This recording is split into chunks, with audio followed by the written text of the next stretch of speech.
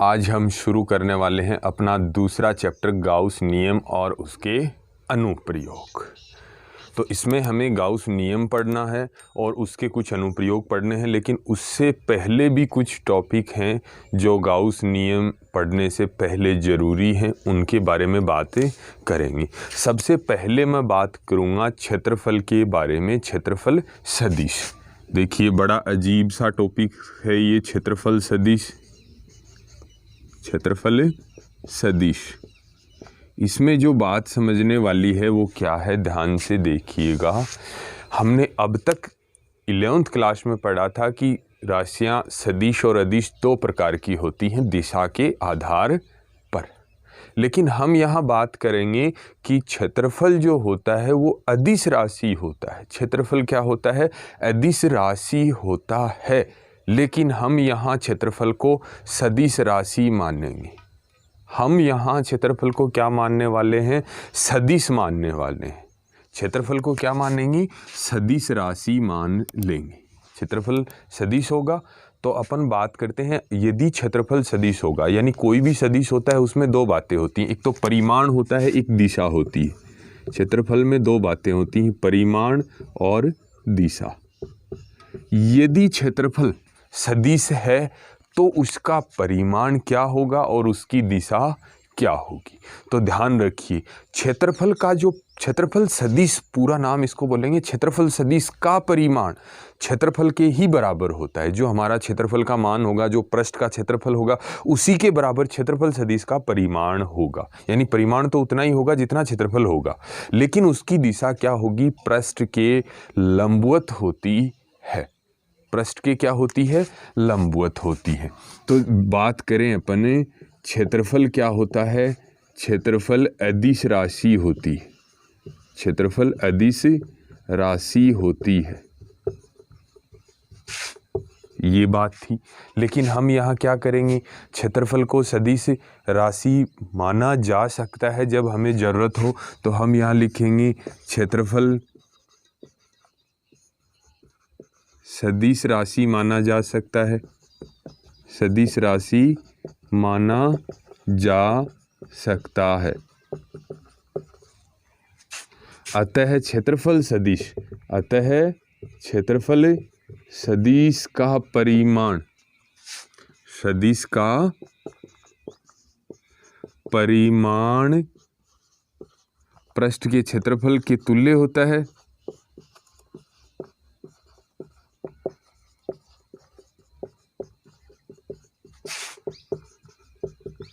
और दिशा पृष्ठ के लंबवत होती है। दिशा पृष्ठ के लंबवत होती है, ये बात थी। क्षेत्रफल के पास क्या क्या होगा? एक तो परिमाण होगा और दूसरी क्या होगी? दिशा होगी। अगर क्षेत्रफल को सदिश माना जाएगा तो क्षेत्रफल के पास परिमाण और दिशा दो बातें होंगी। परिमाण क्या होगा? जो हमारा क्षेत्रफल है उसके मान के बराबर होता है परिमाण, और दिशा क्या होती है? पृष्ठ के लंबवत होती है। मैं अब समझाने वाला हूँ कि पृष्ठ के लंबवत कैसे होगी। देखिए मेरे पास ये कागज़ है एक, ठीक है। अब आप इसको देख रहे हो, ये इसका सामने सतह दिखाई दे रही है, ये आपको सामने सतह दिखाई दे रही है। तो इस सतह के लंबवत बाहर की तरफ क्या होगी? इसकी दिशा होगी। यदि इस सतह को हम यूं कर देते हैं तो सतह के लंबवत होती है, या इसको यूं कर दो तो सतह के लंबवत इधर हो जाएगी। सतह को यूं कर लीजिए तो क्या होगी? सतह के लंबवत ऊपर की तरफ, या सतह के लंबवत नीचे की तरफ दिशा होती है। तो अपन यहाँ बात करेंगे कि दिशा कैसे होगी। तो मैं यहाँ एक पृष्ठ बना लेता हूँ। देखिए ये पृष्ठ बन गया। तो बताइए, ये कोई पृष्ठ हो, ये क्षेत्रफल है जिसको अपन एस क्षेत्रफल लिखते हैं। कितना क्षेत्रफल है? ये क्षेत्रफल है एस, लेकिन इसको क्षेत्रफल को क्या मानेंगे? सदिश मानेंगे, और इसकी दिशा क्या होगी? पृष्ठ के लंबवत होगी, यानी ये एस सदिश हो जाएगा। इसी को क्या कहेंगे? क्षेत्रफल सदिश। ये क्या हो गया? क्षेत्रफल अब क्या बन गया? सदिश बन गया। इसकी दिशा किधर हुई? पृष्ठ के लंबवत होती है। अगर पृष्ठ एक्स वाई तल में होता है तो क्षेत्रफल की दिशा जेड में होती है। अगर पृष्ठ जो भी तल है उसके लंबवत होती है उसकी दिशा हमेशा, ये बात आपको याद रखनी है। अब अपन बात करते हैं अपना मेन टॉपिक। ये एक छोटी सी बात थी जो कोई ज़्यादा ज़रूरी नहीं, आपको यही ध्यान रखना है। क्षेत्रफल सदिश राशि होती है और उसकी दिशा पृष्ठ के लंबवत होती है।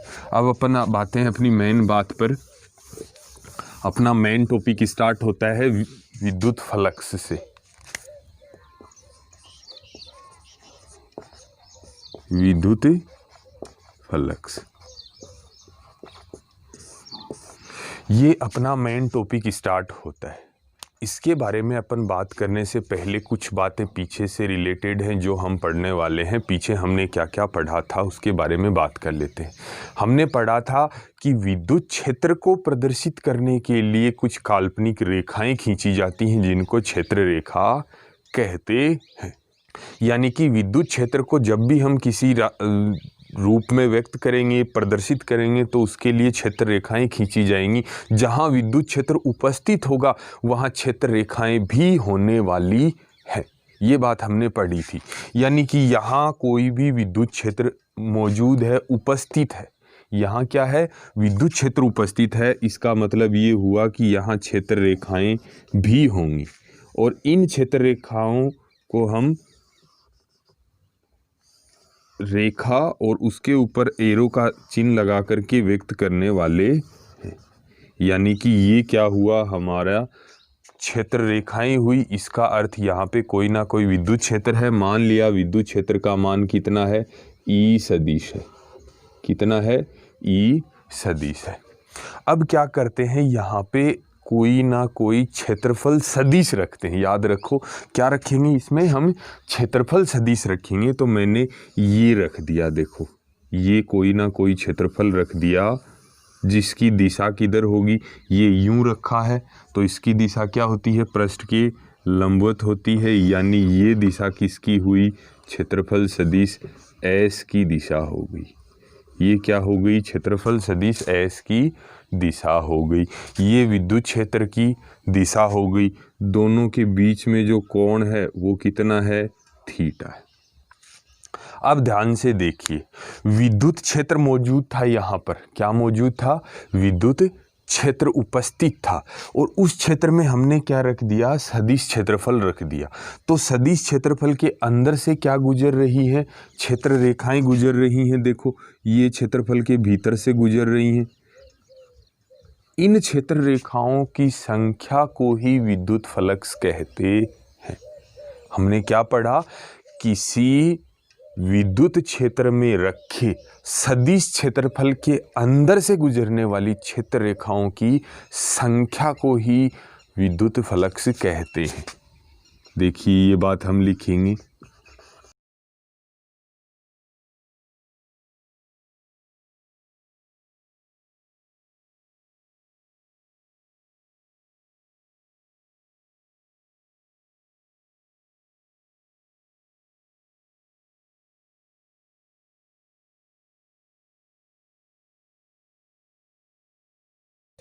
ये थी बात कि विद्युत क्षेत्र जहाँ भी होगा वहाँ क्षेत्र रेखाएं भी मौजूद होंगी और विद्युत क्षेत्र में यदि कोई सदिश क्षेत्रफल रख दिया जाएगा तो उससे क्या गुजरेंगी, क्षेत्र रेखाएं गुजरेंगी। जितनी क्षेत्र रेखाएं गुजरेंगी उनकी संख्या को ही फ्लक्स कहते हैं।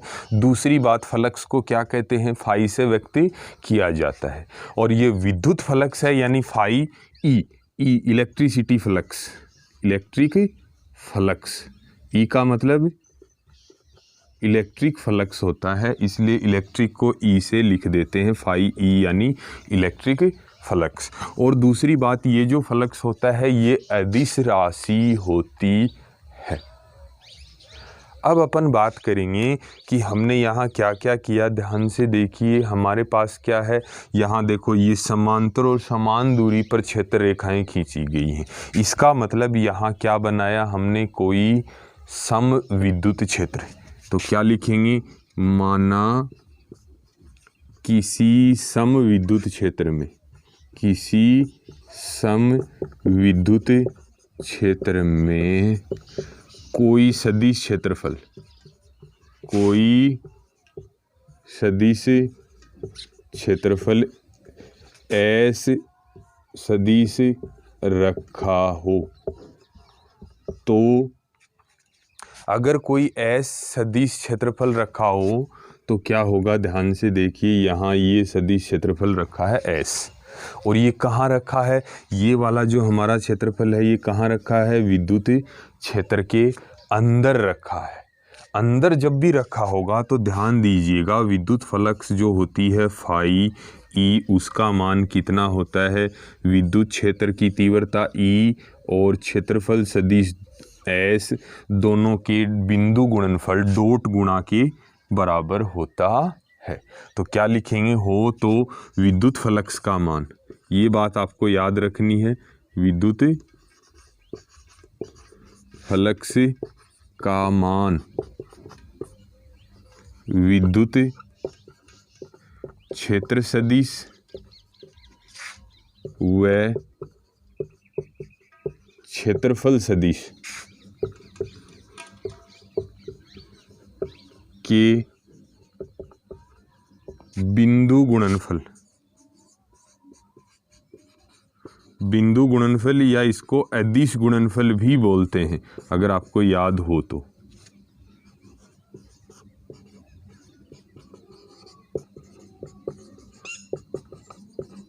यानी क्या करेंगे, विद्युत क्षेत्र की तीव्रता और जो हमारा क्षेत्रफल सदिश है उनका डॉट गुणा कर देंगे, बिंदु गुणनफल कर देंगे, उसके बराबर क्या हो जाएगा, विद्युत फ्लक्स हो जाएगा। अब अपन बात करते हैं बिंदु गुणा को, अगर आपने विस्तार से पढ़ा हो तो ये क्या हो जाएगा, यहाँ तो ई आ जाएगा, विद्युत क्षेत्र का परिमाण आ जाएगा, फिर क्षेत्रफल का परिमाण आ जाएगा, और फिर बिंदु गुणा में क्या आता है, कोस और थीटा। ये थीटा क्या है, विद्युत क्षेत्र सदिश और क्षेत्रफल सदिश दोनों के मध्य का कोण होता है कॉस थीटा।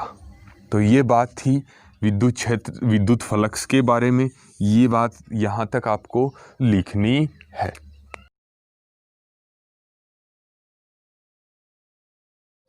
अब अपन बात करते हैं, देखिए ये हमारा विद्युत क्षेत्र है, ये विद्युत क्षेत्र है।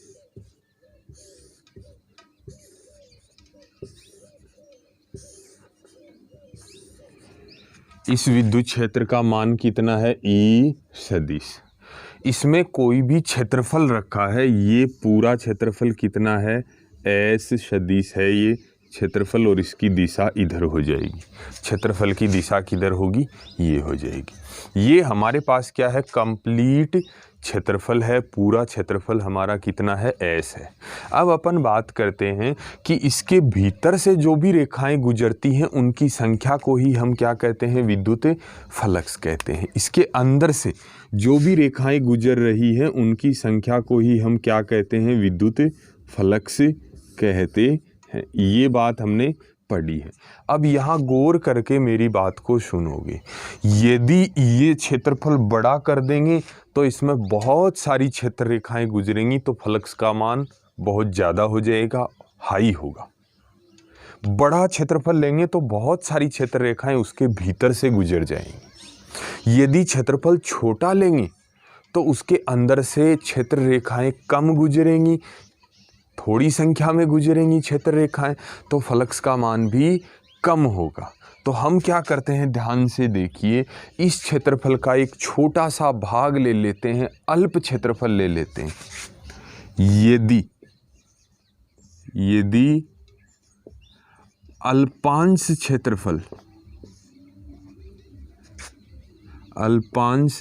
क्षेत्रफल, देखिए बड़ा क्षेत्रफल है तो एस से लिखा है, अल्प क्षेत्रफल होगा तो किससे लिखेंगे, ds। किससे लिखेंगे, ds। अल्पांश क्षेत्रफल ds किसी विद्युत क्षेत्र में रखा हो, किसी विद्युत क्षेत्र E में रखा हो,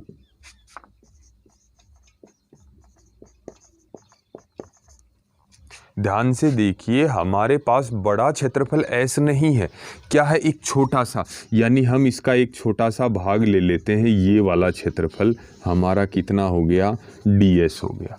ये पूरा क्षेत्रफल नहीं लेके इस क्षेत्रफल का छोटा सा भाग ले लिया, तो इस छोटे भाग से थोड़ी सी क्षेत्र रेखाएं गुजर रही हैं, इसलिए फ्लक्स का मान भी कम होगा। तो देखिए हमारा जो सूत्र है उसके हिसाब से क्या होना चाहिए, विद्युत क्षेत्र का मान यहाँ सब जगह कितना है, ई सदिश है। अब बताइए डॉट किससे करें, क्षेत्रफल से। तो पहले तो क्षेत्रफल कितना था, एस था, लेकिन अब क्या हो गया, डी एस हो गया। तो हम किससे डॉट कर देंगे, डी एस से डॉट कर दिया जाएगा। अब बात करें कि इन दोनों का गुणा करने से हमारे पास किसका मान आएगा, फ्लक्स का मान आएगा। लेकिन हम जानते हैं कि पहले तो फ्लक्स कितना होता था, फाई ई होता था। जब बड़ा सा क्षेत्रफल रखा होता तो फ्लक्स बहुत अधिक होता था, इसलिए किससे लिखते थे, फाई ई से। अब हमने छोटा क्षेत्रफल लिया है तो फ्लक्स का मान भी कम होगा, इसलिए फ्लक्स को क्या लिखेंगे, डी फाई से लिखेंगे। फिर क्या करेंगे, देखिए ये हो गया हमारा अल्पांश से गुजरने वाला फ्लक्स। किससे गुजर रहा है ये फ्लक्स, अल्प क्षेत्रफल अल्पांश क्षेत्रफल से गुजरने वाला फ्लक्स हुआ है। अगर हम पूरा बड़े क्षेत्रफल से चाहेंगे तो क्या करेंगे, दोनों तरफ समाकलन किया जाएगा। दोनों तरफ समाकलन करने पर क्या करेंगे, दोनों तरफ समाकलन करेंगे। तो ध्यान दीजिएगा, इधर समाकलन करेंगे तो ये डी फाई ई आ जाएगा, इधर समाकलन करेंगे तो ये आ जाएगा ई डॉट डी एस। उसके बाद अपन बात करते हैं, ये समाकलन डी फाई ई है तो इसका क्या हो जाएगा, जैसे यूं होता है समाकलन होता है डी एक्स तो उसका क्या आ जाता है एक्स। तो ये डी फाई का क्या हो जाएगा, फाई आ जाएगा और नीचे ई लगा दो। फिर दूसरी बात, यहाँ देखो इसको यूं का यूं रख दीजिए एक बार के लिए, ये हुआ। लेकिन मैं एक बात बता देता हूँ, अगर क्षेत्रफल हमारा चारों तरफ से बंद है तो उसके भीतर से जाया जा सकता है। क्षेत्रफल जो भी होता है वो चारों तरफ से क्या होता है, बंद होता है। तो हम यहाँ एक ये गोले का निशान लगाएंगे ऐसे इसके ऊपर। ये जो गोले का निशान है ये किसको व्यक्त करता है, मैं यहाँ लिख देता हूँ नोट लगा के लिख देता हूँ।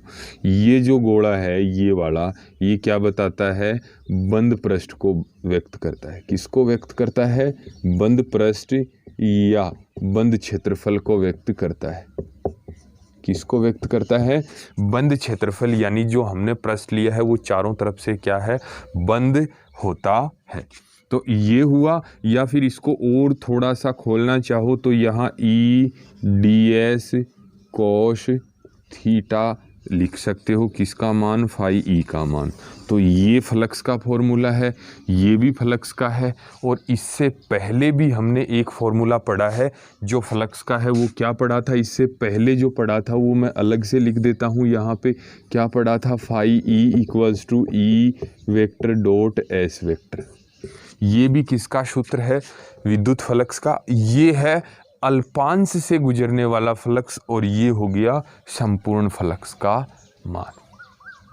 तो यहाँ तक ये तीनों ही फॉर्मूले हमारे आवश्यकता अनुसार काम में आएंगे, तीनों ही सूत्र।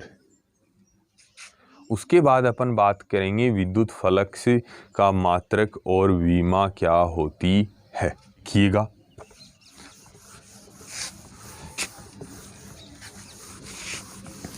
हमने जो फ्लक्स का मेन फॉर्मूला पढ़ा है वो यही होगा। फ्लक्स का main formula E D S यही पढ़ा है, ई सदिश डॉट एस सदिश। ये किसका फॉर्मूला पढ़ा है, फ्लक्स फाई ई का फॉर्मूला पढ़ा है। अब बात करते हैं, ये क्या है, विद्युत क्षेत्र है और ये क्या है, क्षेत्रफल है। ये क्या है, क्षेत्रफल, लेकिन क्षेत्रफल कैसा, सदिश क्षेत्रफल। अब देखिए फ्लक्स का एसआई मात्रक निकालेंगे, कैसे निकालेंगे एसआई मात्रक। इसका विद्युत क्षेत्र का मात्रक आपको याद होगा, अगर नहीं याद है तो मैं यहाँ फॉर्मूला बता देता हूँ, e equals to f upon q zero. विद्युत क्षेत्र का मात्रक देखो एफ अपॉन क्यू जीरो, यानी क्या हो गया, न्यूटन अपॉन कूलाम। क्या हो गया, न्यूटन अपॉन कूलाम हो गया किसका, विद्युत क्षेत्र का। अगर याद हो तो ठीक है, वरना उस फॉर्मूले से समझ जाओ, न्यूटन और अपॉन में कूलाम हो गया। ये क्या है, क्षेत्रफल है, तो इसका मात्रक क्या हो जाएगा, मीटर स्क्वायर होगा। तो ये हो गया न्यूटन मीटर स्क्वायर पर कूलाम। ये किसका हो गया, फ्लक्स का मात्रक हो गया। कौन सी फ्लक्स है, विद्युत फ्लक्स का मात्रक हो गया, ऐसा ही मात्रक। फिर अपन बात करते हैं किसकी, विमा की बात करेंगे। विमा देखिए कैसे निकालेंगे, ये मात्रक है। सबसे पहले नाम आता है न्यूटन। न्यूटन का क्या अर्थ हुआ यहाँ, न्यूटन का अर्थ बल से है। न्यूटन का अर्थ किससे है, बल से, क्योंकि न्यूटन है वो बल का मात्रक होता है। तो यहाँ बल की सबसे पहले विमा लिखेंगे, m1 L1 T-2। फिर देखो मीटर स्क्वायर है, यानी लंबाई है कितनी बार, 2 बार। फिर नीचे क्या है, कूलाम। अगर इसका याद हो तो ठीक है, वरना I = Q/T विद्युत धारा का फॉर्मूला था। T को इधर ले आओ तो IT = Q हो जाएगा, और I का A1 होता है, T का T1 होता है। ये किसका A1 T1 किसका, Q की विमा बन गई, आवेश की विमा बन गई। अब देखिए इसको सबको सॉल्व करके लिखेंगे तो m कितने हुए, 1 हुए। l कितने हो गए, ये 1 और ये 2, 3 हो गए। फिर t कितने हुए, ऊपर -2 थे, नीचे वाला ऊपर जाके माइनस बन जाएगा तो -3 हो जाएंगे, और ये a भी ऊपर जाएगा तो माइनस बन जाएगा। ये क्या हो गई, विमा हुई विद्युत फ्लक्स की। चलो यहाँ तक की बात थी विद्युत फ्लक्स की विमा और मात्रक। ये पूछा भी गया है और पूछा जा भी सकता है आगे भी बोर्ड एग्जाम में। याद रहे विद्युत फ्लक्स किसे कहते हैं, विद्युत फ्लक्स का मात्रक, विमा पूछी जा सकती हैं 1 अंक में। उसके बाद अपन बात करते हैं एक छोटी सी बात, ध्यान से मेरी बात देखिएगा।